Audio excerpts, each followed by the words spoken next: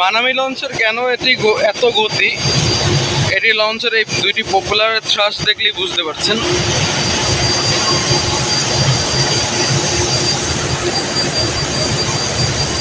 Popular দুটি এত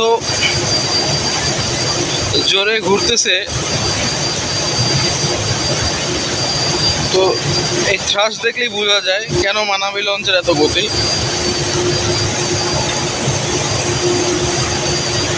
আর ঠিক ওই সামনে রয়েছে এম খান 7, ক্যামেরা তো হয়তো ভালো বোঝা যাচ্ছে না, অনেক দূরে রয়েছে।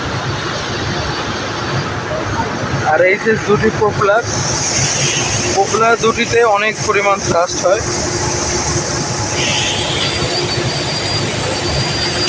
মাথা নষ্ট স্পিড মানামি লঞ্চের।